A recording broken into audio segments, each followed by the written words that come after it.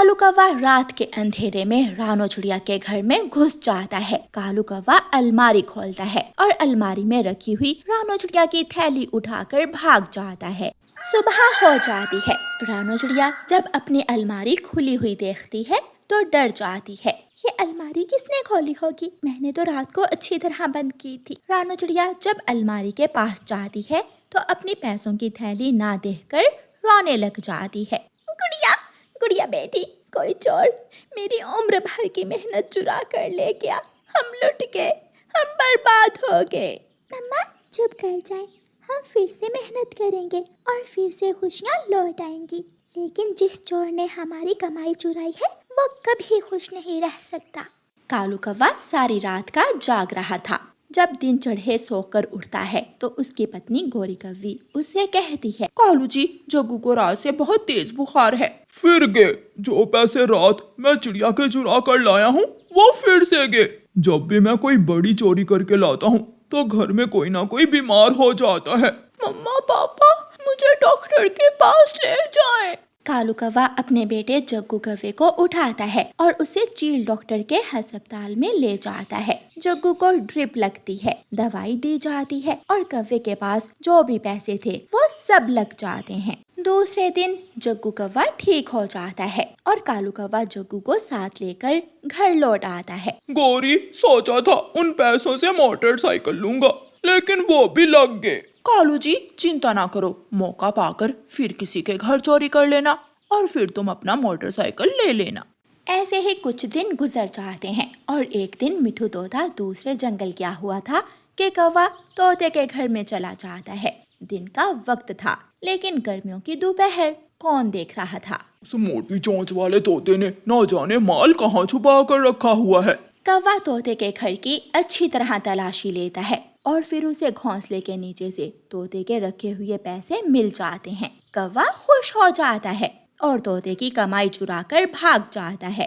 अब जग्गू भी ठीक है और तुम भी। इस बार तो इन पैसों से मैं मोटरसाइकिल ही लूंगा।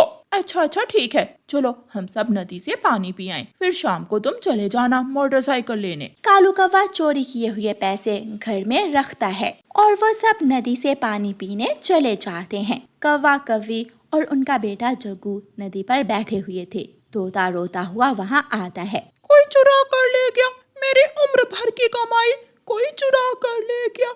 जिसने भी मेरी कमाई चुराई है वो कभी खुश नहीं रह सकता। तोते चुप कर जाओ यार, हो सकता है तुम भूल रहे हो और किसी ने तुम्हारे पैसे चुराए ही ना हो।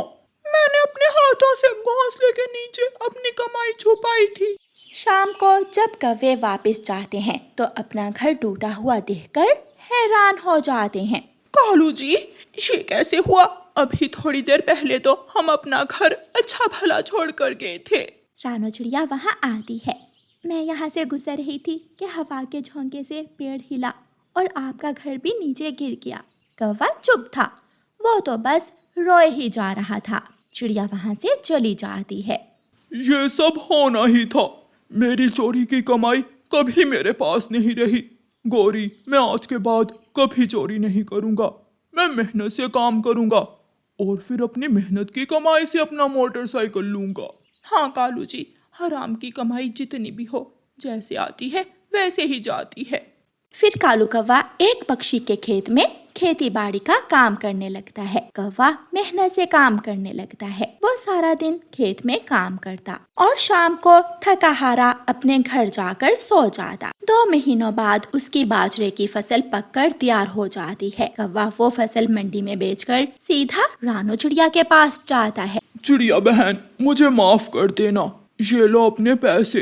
पैसे? कौन से पैसे कौवे भैया? मैंने आपकी अलमारी से जो पैसे चुराए थे वो मेरे बेटे के इलाज पर लग गए थे। मैं वो पैसे लुटाने आया हूँ। कौवे भैया, मुझे बहुत खुशी है कि आपने चोरियां छोड़कर ईमानदारी और मेहनत का रास्ता चुन लिया है। कौवा तोते के चुराए हुए पैसे भी लुटा देता है और फिर कुछ ही दिनों में अपनी मेहनत की कमाई से नया मोटरसाइकिल ले लेता है। कालू कौवा गोरी और अपने बेटे जग्गू को मोटरसाइकिल पर जंगल की सैर करवाने जाता है। कालू जी, सच ही है कि जो सुकून मेहनत की कमाई में है वो चोरी की कमाई में नहीं। ऐसे कालू कौवा खुद को बदल लेता है और एक मेहनती, सच्चा और अच्छा पक्षी बन जाता है। प्यारे दोस्तों, इस कहानी को लाइक, अपने दोस्तों के साथ शेयर और चैनल को सब्सक्राइब करना बिल्कुल मत भूलना। आपका धन्यवाद।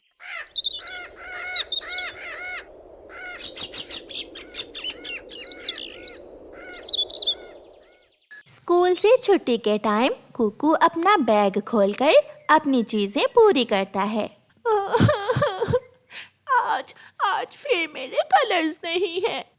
मेरे कलर्स की बोतल आज फिर खाली है। मम्मा फिर डांटेंगी। ऐसे रोते हुए कुकू अपने घर चला जाता है। कुकू बेटा, आज तो कलर्स गुम नहीं किए ना? इसी बात से तो कुकू डर रहा था और मम्मा ने तो घर जाते ही कुकू से ये पूछ लिया था। मम्मा सच मैंने आज बहुत ध्यान रखा, मगर मुझे पता ही नहीं चला कि आज फिर कब किसी ने मेरे कलर्स चोरी कर लिए और खाली बोतल मेरे बैग में डाल दी। कुकू बेटा, अपनी चीजों का ध्यान रखा करो। मैं तो हैरान हूँ, जो बच्चे दूसरों की चीजें चोरी करते हैं उनकी माएं भी उन्हें मना नहीं करती। मम्मा मेरा कोई दोष नहीं है, मैं तो बहुत ख्याल रखता हूँ। अब तो मैं अपना बैग ब्रेक टाइम भी अपने साथ ही रखा करूँगा। फिर कुकू की मम्मा कुकू को नए कलर्स लेकर दे देती है। अब गुम ना करना, अगर अब गुम किए तो दोबारा तुम्हें कलर्स नहीं मिलेंगे। अब तो मैं अपने नए कलर्स बहुत संभाल कर रखूँगा मम्मा। कुकू को पेंटिंग का बहुत शौक था। वो हर समय अपने घर के बाहर बैठकर कोई ना कोई नई चीज बनाता रहता था। आज तो कुकू ने मिठू अंकल की तस्वीर ऐसे बनाई थी जैसे अभी मिठू पेंटिंग से निकलकर उड़ने लगेगा। कुकू बेटा, ये सच में आपने बनाई है? तो और क्या मम्मा, मैं किसी दिन आपको आपकी पेंटिंग भी बनाकर दिखाऊंगा। दूसरे दिन कुकू जब स्कूल से वापस आने लगता है तो उसके कलर्स फिर से गायब थे। आज तो वो बहुत हैरान था कि ये सब कैसे होता है, कैसे कोई चोर पक्षी उसकी चीजें चुरा लेता है। घबराया हुआ कुकू घर आता है, मगर आज वो अपनी मम्मा से कुछ नहीं कहता। माँ तो माँ होती है, वो अपने बेटे की शक्ल देखकर ही पहचान लेती है कि उसे क्या मसला है। दिखाओ, अपने कलर्स दिखाओ मुझे, क्या तुम्हारे बैग में है? कुकू खामोश रहता है। मम्मा, मैं अब आपसे नए कलर्स लेने की जिद नहीं करूँगा। सॉरी मम्मा, मैं आज फिर अपने कलर्स ना बचा सका। निराश होकर कुकू नदी पर चला जाता है। मम्मा देखो मम्मा, आज फिर मैंने कुकू को चूना लगा दिया। आज फिर मैंने उसके नए कलर्स चुरा लिए। तुम्हारे पास तो और भी कलर्स हैं जग्गू बेटा। अब ये नए कलर्स संभाल कर रखना। जब अपने मामा जी के पास जाओगे तो अपने मामा जी के बेटे को दे देना ये कलर्स। लो जी, तब तक तो और ना जाने मैं कितने कलर्स चुरा लूंगा। मैं अब पक्का चोर बन गया हूँ मम्मा, मैं कभी पकड़ा नहीं जाऊंगा। जग्गू बेटा, किसी को पता तो नहीं चला स्कूल में कि सारी चोरियां तुम करते हो? नो मम्मा, किसी को कुछ पता नहीं है। कुकू चुप हो जाओ, ऐसे रोते रहोगे तो क्या तुम्हारे कलर्स वापस आ जाएंगे? अब मुझे मम्मा नए कलर्स भी तो नहीं लेकर देंगी।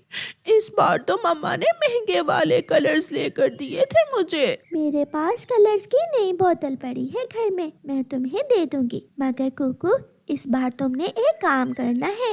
वो क्या सुनीता रानी? फिर कुकू की दोस्त सुनीता रानी कुकू के कान में एक बात बताती है, जिसे सुनकर कुकू हंसने लग जाता है।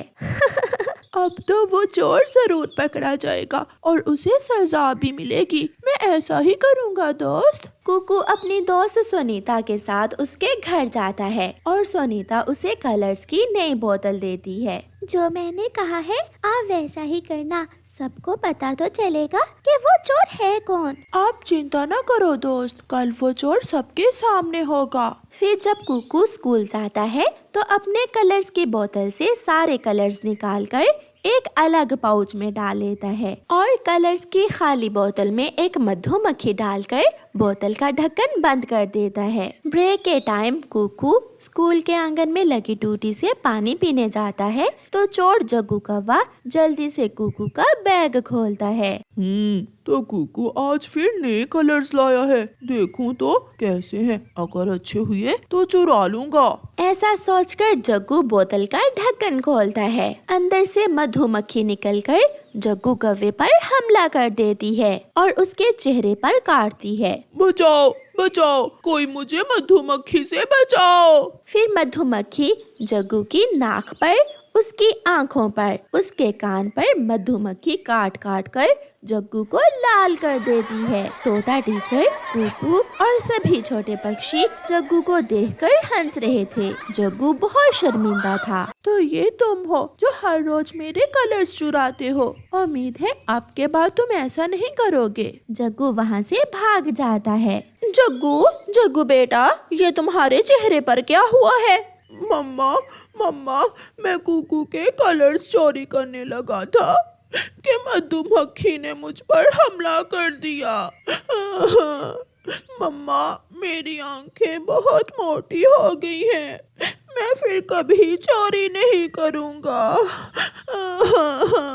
शायद इस बार जग्गू सच कह रहा था। दूर किसी जंगल में चिंकी चिड़िया अपनी माँ रानो चिड़िया के साथ रहती थी। चिंकी चिड़िया के माता पिता उससे बहुत प्यार करते थे। एक दिन रानो चिड़िया बीमार पड़ जाती है और उसे अपनी बेटी की चिंता सताने लगती है।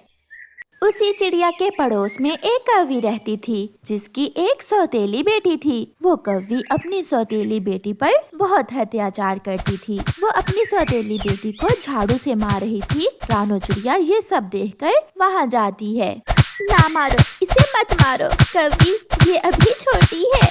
ये मेरी सौतेली बेटी है, सगी नहीं। अगर मारूंगी नहीं तो इसे शिक्षा कैसे मिलेगी? बहुत कोशिश करने के बावजूद वो उस कौवी को रोक नहीं पाती। रानो चिड़िया अपने घर वापस चली जाती है। अगर मैं मर गई तो मेरी बेटी का क्या होगा? इसकी सौतेली माँ भी इसे ऐसे ही मारेगी जैसे वो कौवी अपनी सौतेली बेटी को मार रही थी। जब शाम को चिड़िया का पति घर लौटता है तो उसकी पत्नी उससे कहती है, सुनो जी, मैं बीमार हूँ, अगर मैं मर गई तो तुम दूसरी शादी मत करना, वरना सौतेली माँ मेरी बेटी पर बहुत अत्याचार करेगी। रानो, मरे तुम्हारे दुश्मन, तुम ये कैसी बातें कर रही हो? तुम जल्द ही ठीक हो जाओगी।